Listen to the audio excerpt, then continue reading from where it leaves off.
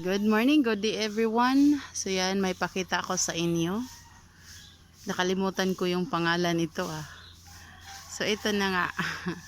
Kapag yung orchids mo ay mataba, yung puno niya mataba din yung kanyang mga bulaklak or magbigay siya ng spike din na matataba at saka mahaba. Ayan oh. Nakalimutan ko lang kung anong pangalan dito. Yan, super ganda na kanyang mga bulaklak. Ayan oh. Yan, mataba din ang puno niya. Nakadikit siya sa puno ng suha. Ayan, paganyan yung kanyang mga ugat. See, super taba ang lalaki ng dahon. Ayan. Siya.